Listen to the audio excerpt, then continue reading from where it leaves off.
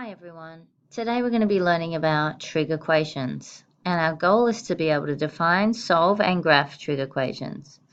Now, a trig equation is simply a mathematical statement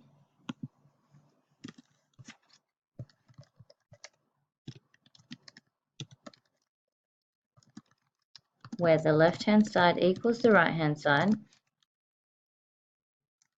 separated by a trigonometric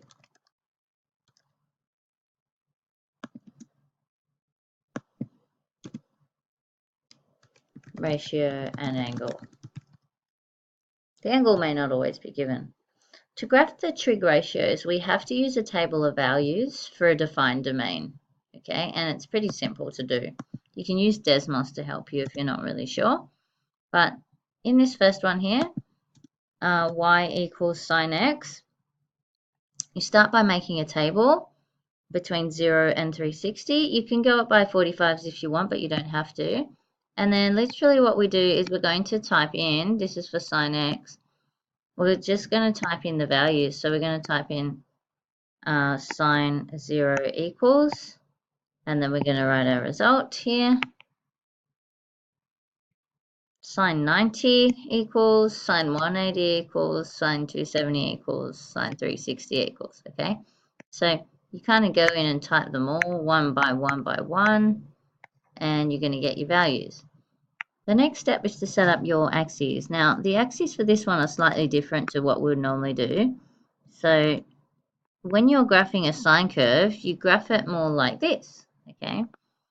Where you've still got your x and your y, but we don't really go much into the negative, it's the positive domain. So we do this. Here I can see my range is between 1 and -1, so I'm going to draw that as evenly as I can without a ruler. You'll be using a ruler. Equal spacings, I need 5 of them.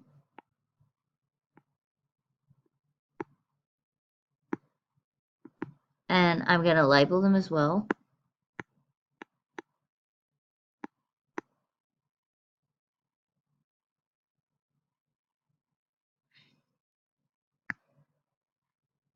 And then I'm going to draw my graph. So I know I've got a point here at 0, 0. At 90, I'm at 1. At 180, I'm at 0. At 270, I'm at, pretty sure that's meant to be -1. Just double check.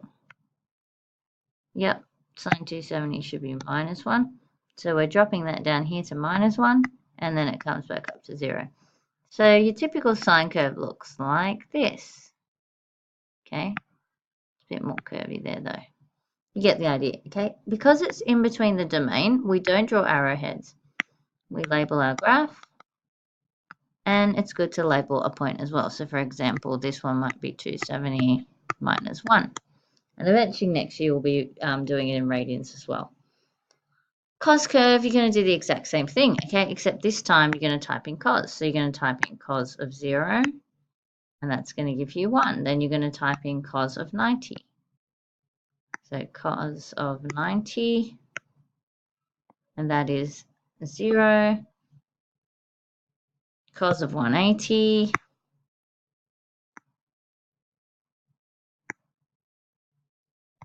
and that's -1. Cos of 270,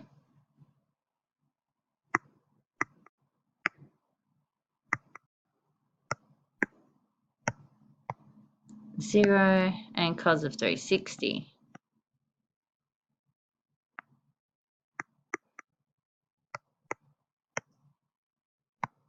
And that is 1. Okay, so that gives me my points. Now I'm going to set up my axes as straight as I can. Oops, that wasn't straight at all. Again, you guys are going to be using your ruler, have even spacings, all that sort of thing. Label your axes as usual.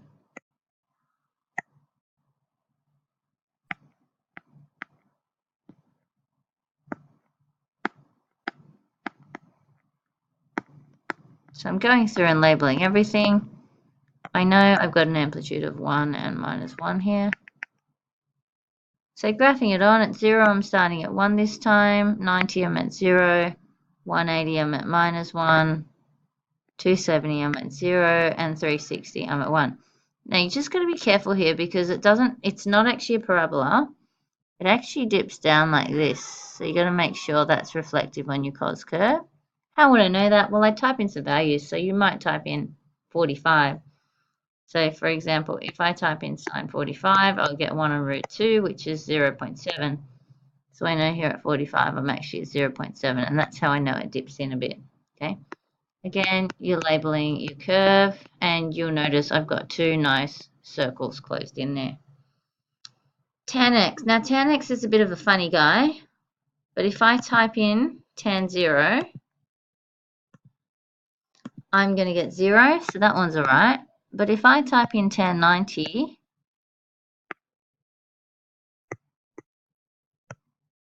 that's going to give me a math error, and that implies that there's actually an asymptote there. So I'm going to put a dash. At 180,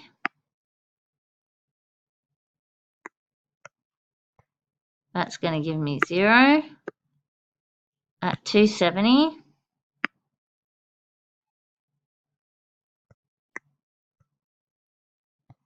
it's going to give me another asymptote. And at 360, what's the bet that I'm going to be back at 0? 100% bet. Awesome. So in this one, it looks a little bit different.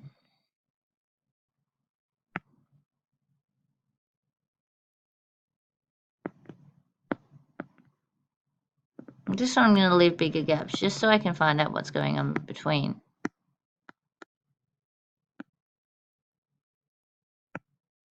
So in this one, I know that at 90, I've got an asymptote going down there. At 270, I've got an asymptote going down there. I know at 0, I've got a 0. I know at 180, I've got a 0. And at 360, I've got a 0. Okay, so how do I find my other points? Well, you might want to type in something else. So you might want to type in tan 45 and see that that gives you 1. So at tan 45 here, so if this is 1, this is minus 1. At tan 45, I'm at 1. I don't know much else about that section, so I'm going to try typing in tan 60. That's going to give me 1.7. So at tan 60, which trusts me here, I'm going up like this to 1.7. Okay, so I sort of know this is going to kind of go down like this. In fact, all of the other bits are going to kind of go down here like this. And this bit's also. And similarly in this bit here, it's going to come down like this. Now, how do I know that? Well, the truth is I don't really know until I test more points. So to get these values here, you choose maybe like 200 or something like that and then plot your points, okay? So that one there, labeling everything as usual, that is y equals tan theta or tan x, okay? For the inverse ratios, you'd do a similar thing, so I'll let you do those ones. But what we're learning to do in this section is we're actually learning to graph equations, trig equations, but also solve them. So in this first one here, it says solve sine x for 0.5 for this domain. So the first step would be to graph it. Then to get the values, you have to go and read off the graph. So at 0.5, we're at 30, so x is 30, and we're also at 150. That's where it hits the graph. Obviously, what do you think you'd need to make that go really well? Yeah, you guessed it. You'll need to have a really good scale, otherwise you're going to get the wrong answers.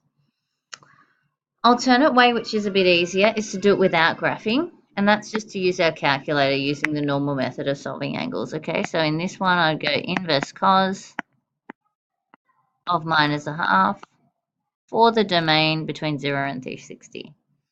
Okay, so when I work that out, I'm going to get 120. Now, what does that mean? Well, that means 120 is over here somewhere. Okay. That one would be 120. So I've got all stations. Sine is positive in that one. 2 central, which means cos will be negative for that one. But, you know, if I'm looking for, say, this angle in here, if I'm looking to find what that angle is, well, I also need to get, you know, one that's within 360 as well. So it would probably be looking at the one in here where cos is positive. Now, cos is positive in that one, so I'm not going to be bothering with that. But I could have 120 or 240 for that one. Okay. Why 240? Well, if you type in check in your calculator, you know, what is inverse cos, you get 120. So if we do it quickly, shift cos negative 0.5, that's how I got the 120. And then you can even double that to get to 240. So if I type in now cos 120, I get negative a half. And if I type in cos 240, I also get negative a half. Okay, so those are my two answers. You can also do it by graphing, but it will take a long time. All right, in number 3, I've got a different case, and this is a worked example. This one says sine 2x. Now that 2 in there implies a compound angle, okay, or a multiple angle. So what we do is we just kind of ignore it, okay? So we can let u be equal to 2x, sub it in, and solve that as normal.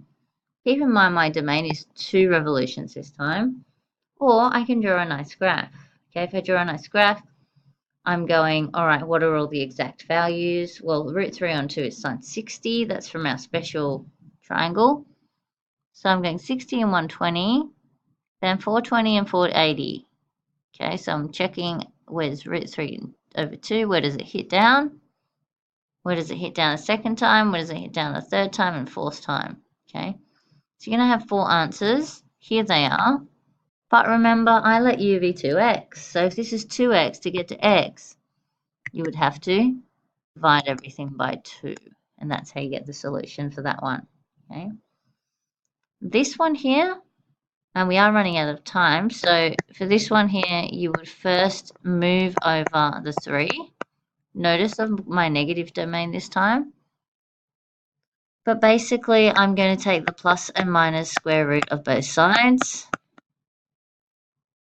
And what's 1 on root 3? That's what you got to think about. Well, 30. So for this one, or I could do shift 10, 1 on root 3. So in this one, I get 30 plus or minus 30 because of the domain. And I also get plus or minus 150. You can check it in your calculator. However you want to think about it or do it is fine. Okay. So I want you to have a think about how we got those answers. Also, they want us to sketch cot x. Okay, so this time you're going to do a similar thing as before. You're going to make your table. I might go 145 here.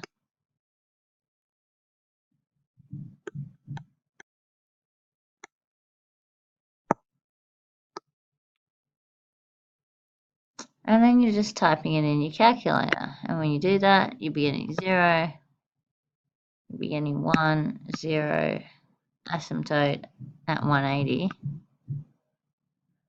0 at 270, and asymptote at 360. Okay, so we've got another few asymptotes here. On this one, I'm thinking about an amplitude of 1 again. And what I want to do is I want to get my y values, which I did, and then I want to draw them. Okay, so here's a point. And I'm going to go 90, 180, 270, 360.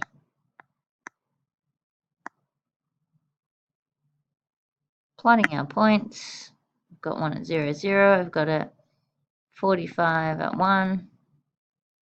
Got 90 at 0. I've got 180 at 0.